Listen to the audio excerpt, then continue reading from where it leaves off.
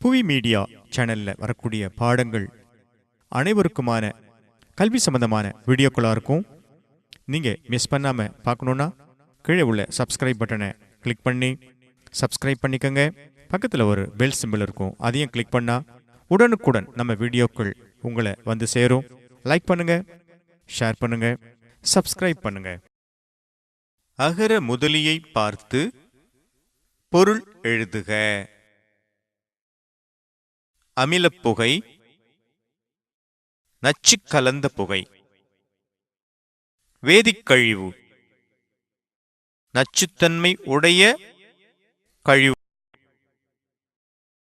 நெடிதுயர்ந்த, உயரமாக வளர்ந்த.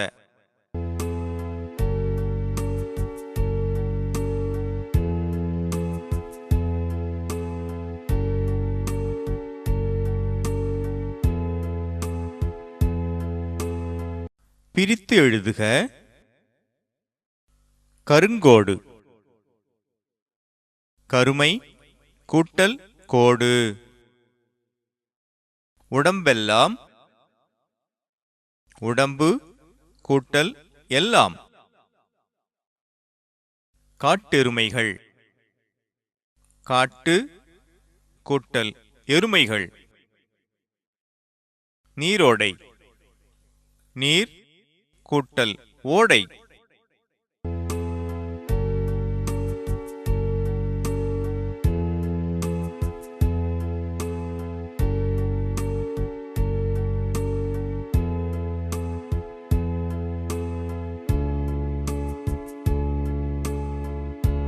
கோடிட்ட இடத்தை நிரப்புக. மழை பெற கோடு வளர்க்க வேண்டும். மழை பெற எவற்றை வளர்க்க வேண்டும்? மழை பெற மரங்கள் வளர்க்க வேண்டும். தொழிற்சாலைகளிலிருந்து கோடிட்ட இடம் புகை வெளிவருகிறது. தொழிற்சாலைகளிலிருந்து எப்படிப்பட்ட புகை வெளிவருகிறது? அமிலப்புகை. தொழிற்சாலைகளிலிருந்து அமிலப்புகை வெளிவருகிறது. சாயப்பட்டறைகளிலிருந்து கோடிட்ட இடம் நீரில் கலக்கின்றன. சாயப்பட்டறைகளிலிருந்து எவை நீரில் கலக்கின்றன? சாயப்பட்டறைகளிலிருந்து வேதிக்கழிவுகள் நீரில் கலக்கின்றன. வண்டுகள் கோடிட்ட இடம் எழுப்பும். வண்டுகள் என்ன எழுப்பும்? வண்டுகள் இன்னொலி எழுப்பும். இன்னொலி அப்படின்னா இனிமையான ஒலி. மலை முகடுகளில் கோடு கூட்டங்கள் தவழ்கின்றன. மலை முகடுகளில் எந்த கூட்டங்கள் தவழ்கின்றன? மலை முகடுகளில் மேகக் கூட்டங்கள் தவழ்கின்றன.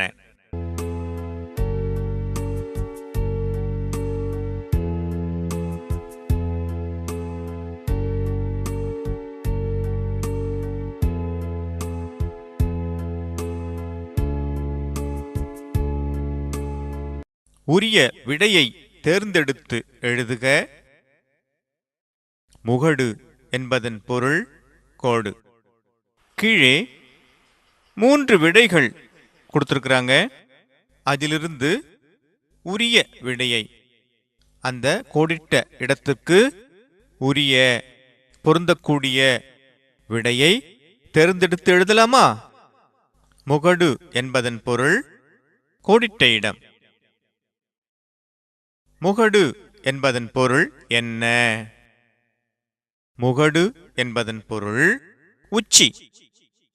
அருவி என்பதன் பொருள் கோடு. அருவி என்பதன் பொருள் என்ன? அருவி என்பதன் பொருள் மலையின் வீழ் நீர், மலையிலிருந்து விழக்கூடிய நீர். தனித்தல் என்பதன் பொருள் கோடிட்ட இடம். தனித்தல் என்பதன் பொருள் என்ன? தனித்தல் என்பதன் பொருள் குறைத்தல். தொழிற்சாலையின் வேதிக்கழிவுகள் கோடு கலந்து கொண்டிருந்தன. தொழிற்சாலையின் வேதிக்கழிவுகள் எங்கு கலந்து கொண்டிருந்தன? தொழிற்சாலையின் வேதிக்கழிவுகள் ஆற்றில் கலந்து கொண்டிருந்தன.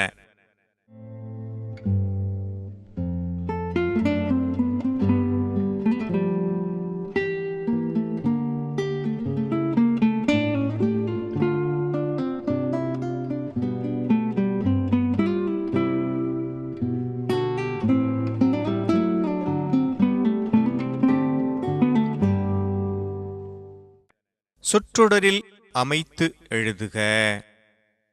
இங்கே ஒரு சில சொற்கள் கொடுத்திருக்கிறாங்க. ஒவ்வொரு சொல்லையும் நாம் ஒரு சொற்றொடரா எழுத போறோம். முதல்ல பாருங்க, எண்ணி எண்ணி. இதை ஒரு சொற்றொடரா எப்படி எழுதலாம் பாருங்க.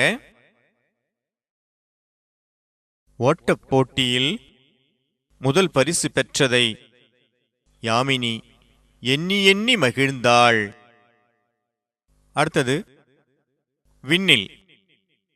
பௌர்ணமி இரவில் விண்ணில் முழுநிலவை காணலாம். விண்ணில் அப்படின்னா என்ன? வானத்தில். விண் அப்படின்னா வானம். நாம கூட அடிக்கடி கேள்விப்பட்டிருப்போமே, விண்மீன், நட்சத்திரத்தை சொல்லுவோம்.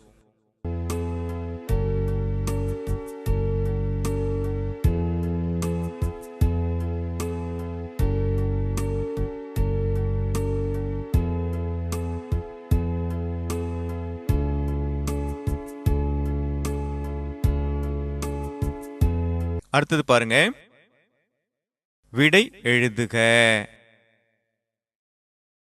மங்கை மனம் வருந்த காரணம் என்ன? நிலத்தில் நீர்நிலைகளில் குப்பை கோலங்கள், நெகிழிப்புட்டிகள், நெகிழிப்பைகள் போடுவதாலும், தொழிற்சாலைகள், வாகனங்கள் வெளியிடும் புகை காற்றை மாசுபடுத்துவதாலும் மங்கை மனம் வருந்தினாள். தொழிற்சாலைகள் வெளிவிடும் புகையால் ஏற்படும் பாதிப்புகள் யாவை? தொழிற்சாலைகள் வெளிவிடும் புகையால் காற்று மாசுபடும். அதனால் நுரையீரல் புற்றுநோய், மூச்சுக்கோளாறு, சளித்தொல்லை முதலிய நோய்கள் மனிதனை வாட்டி வதைக்கும்.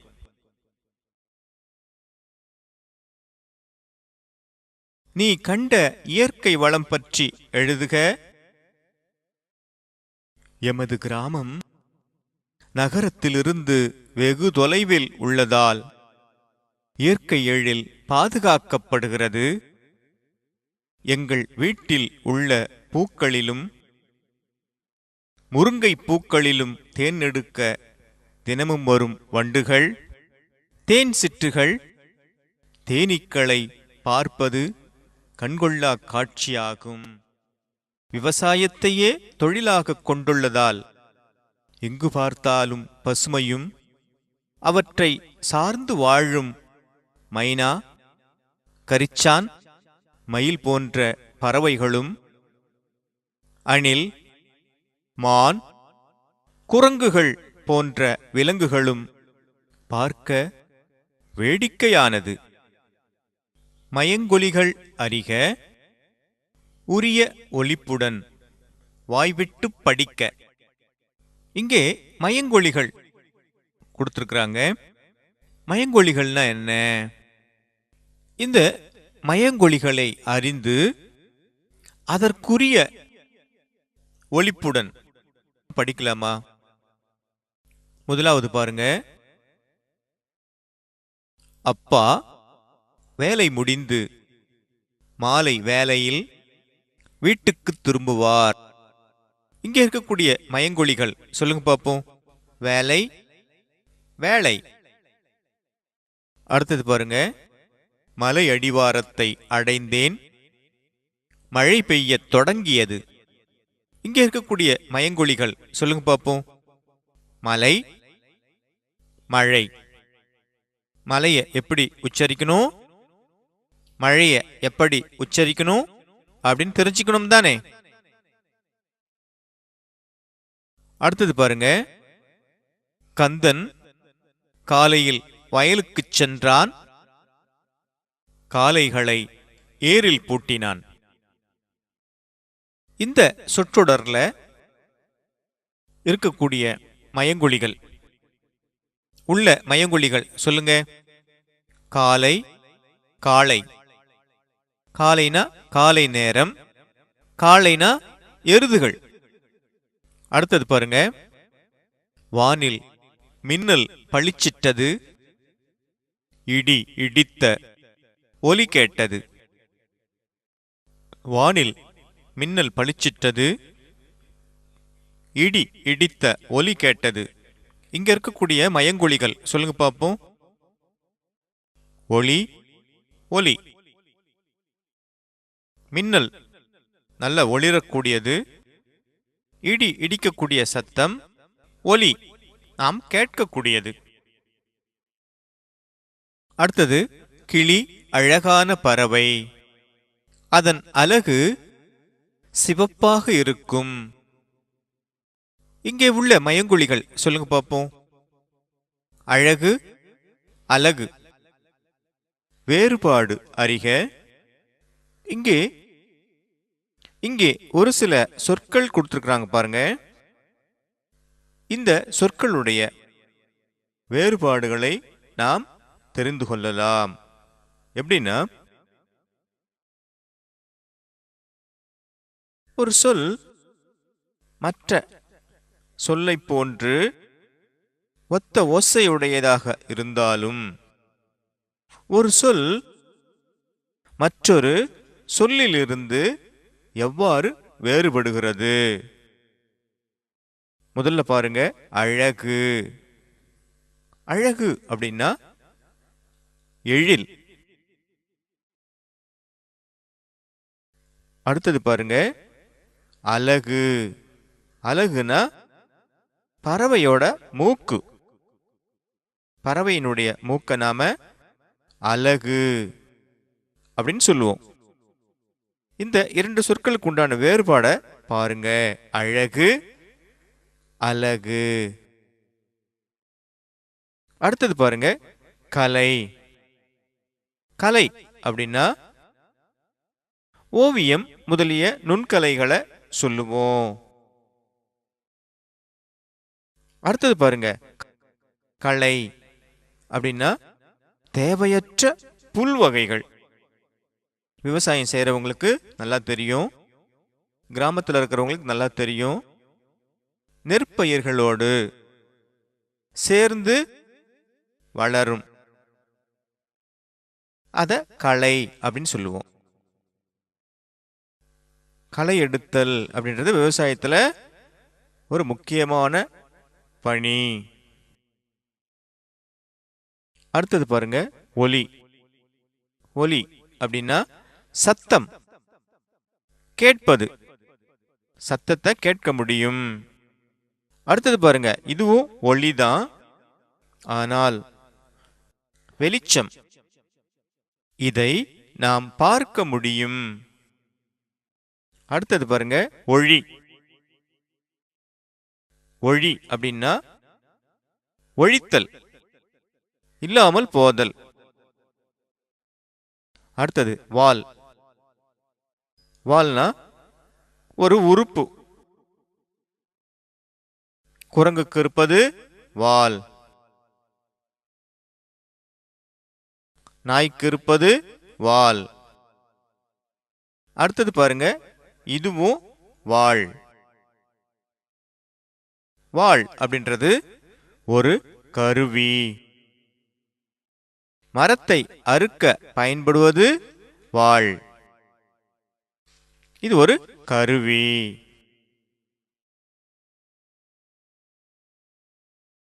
அடுத்தது பாருங்க, வேலை. வேலைனா நாம செய்யக்கூடிய வேலையை குறிக்கும். வேலை அப்படின்னா பணி. வேலை அப்படின்னா காலம், காலத்தை குறிக்கக்கூடியது. காலை வேலை.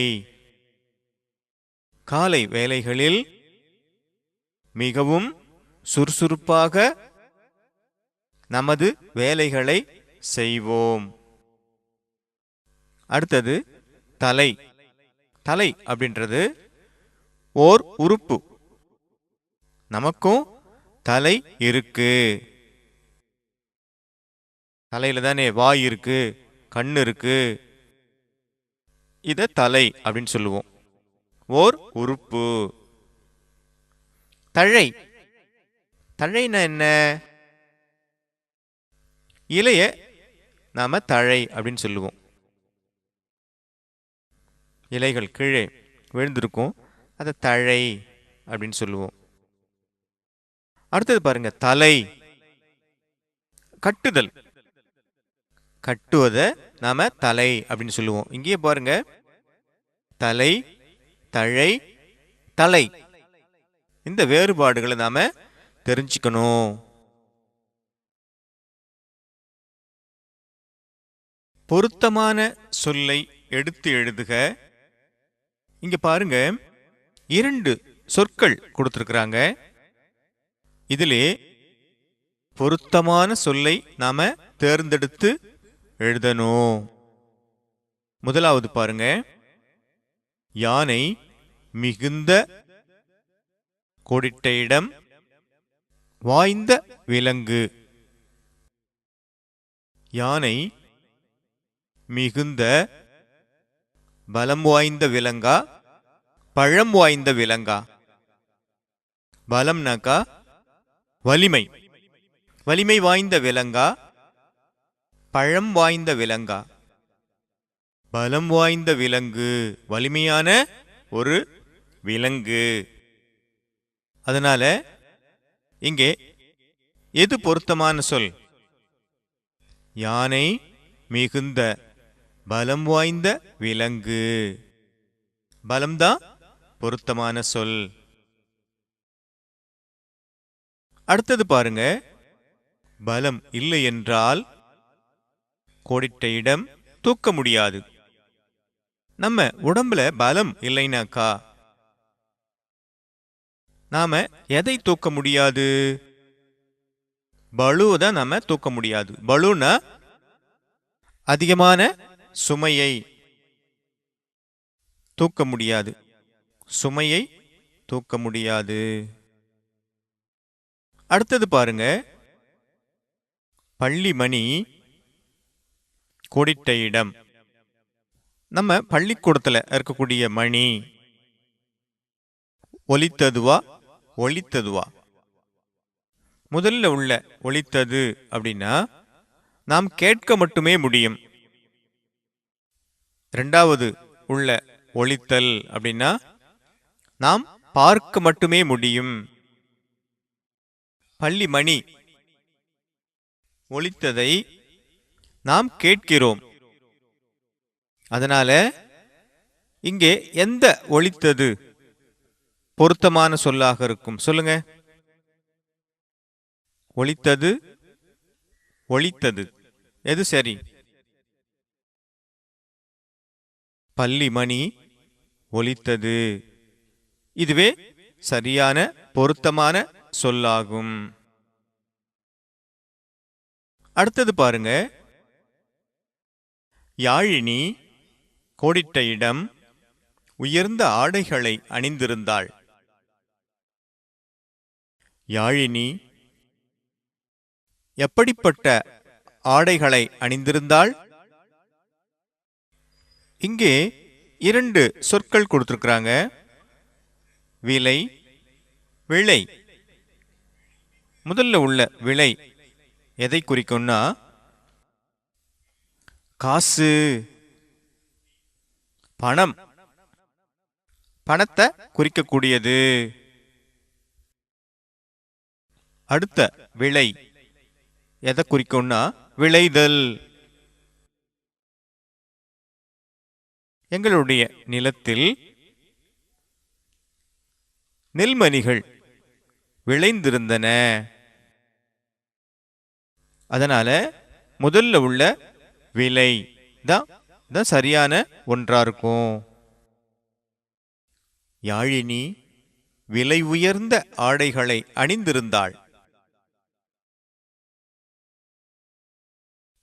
அடுத்தது பாருங்க, எலி கோடிட்ட இடம் வாழ்கிறது. எலி எங்கு வாழ்கிறது? இங்கே 2 சொற்கள் கொடுத்திருக்கிறாங்க. வலையில், வளையில்.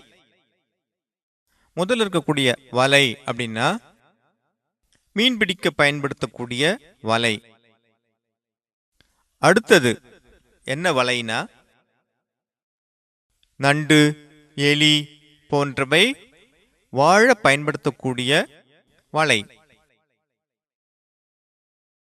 அதனால எது இங்கே பொருத்தமான சொல் பாருங்க, எலி வளையில் வாழ்கிறது. அடுத்தது பாருங்க, ஓவியர் வண்ணங்களை கோடிட்ட இடம் குழைத்தார், குழைத்தார். முதல்ல உள்ள குழை அப்படின்னா குழையச் செய்தல். அடுத்த உள்ள குலை அப்படின்னா கொத்து கொத்தா அதை குறிக்கும். குலகுலையா முந்திரிக்கா கேள்விப்பட்டிருப்போமே, கொத்து அதை குறிக்கும். அதனால ஓவியர் வண்ணங்களை குழைத்தார்.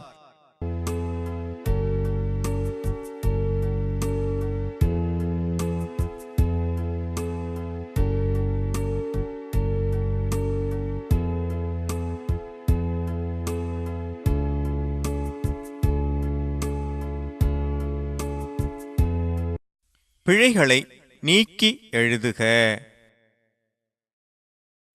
இந்த சொற்றொடர்களில் ஒரு சில பிழைகள் இருக்கிறது. அந்த பிழைகளை நாம கண்டுபிடித்து சரி செய்து எழுதலாமா? அதிகாலையில் கோழி கூவும். கதிரவன் உதயமாகும் பொழுது நாம் கண் விழிக்க வேண்டும். அதுவே மிகச்சிறந்த பழக்கமாகும். இந்த சிவப்பு வண்ணத்துல கொடுத்திருக்கிறதெல்லாம் பிழைகளாக இருந்தவை. நாம அந்த பிழைகளை நீக்கி உங்களுக்கு கொடுத்திருக்கிறோம்.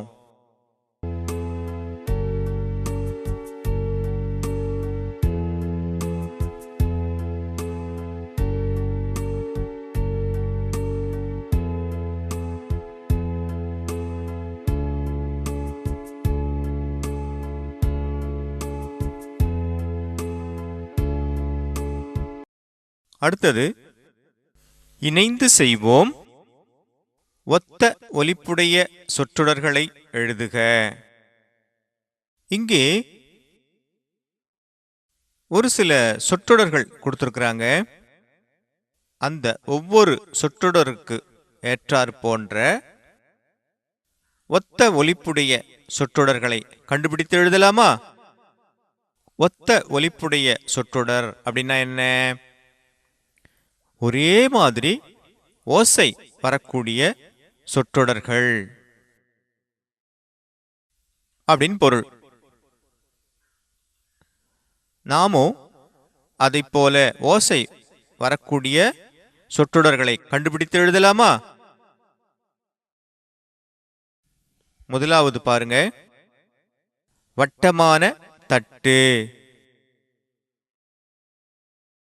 இந்த சொற்றொடரை ஒரே மாதிரி ஓசை வரக்கூடிய சொற்றொடரா எப்படி எழுதலாம்? தட்டு நிறைய புட்டு.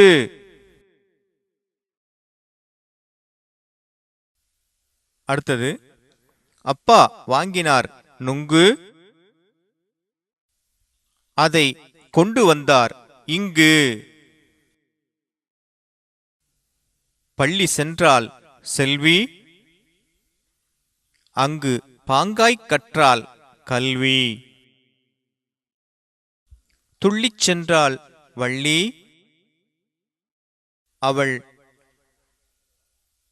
கால்வளையம் வெள்ளி. அம்மா சென்றாள் சந்தை, அங்கே நின்றிருந்தார் தந்தை.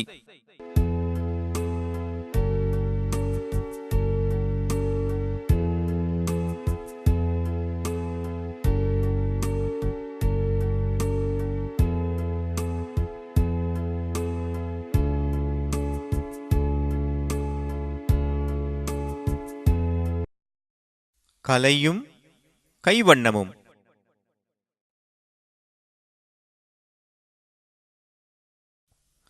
அழகிய ஆடு செய்யலாம். நாமும் ஒரு பொம்மை செய்யலாம். என்ன பொம்மை பாருங்க? ஆடு. என்ன இருந்தா போதும் ஆடு செய்யறதுக்கு? கொஞ்சம் பஞ்சம் அட்டையும் இருந்தா ஆடு செய்யலாம். முதல்ல ஒரு வெள்ளை வண்ண அட்டையை மேற்கண்ட வடிவில் வெட்டவும். மேல இருக்கிற மாதிரி வெள்ளை அட்டைய வெட்டி வச்சுக்கங்க. ஆட்டோட தலையை வரைந்து உடல் பகுதியோட ஒட்டுங்க. ஆட்டின் தலையை வரைந்து உடலுடன் ஒட்டவும். ஆட்டின் உடல் மேல் பஞ்சை ஒட்டி நிற்க வைக்கவும். அந்த ஆட்டின் உடம்பு மேல பஞ்ச ஒட்டி இங்க நிற்க வச்சிருக்கிறாங்க பாருங்க ஆட்டை. அது மாதிரி நிற்க வைங்க. இப்போ ஆடு பொம்மை தயார். நீங்களே வச்சுக்கலாம்,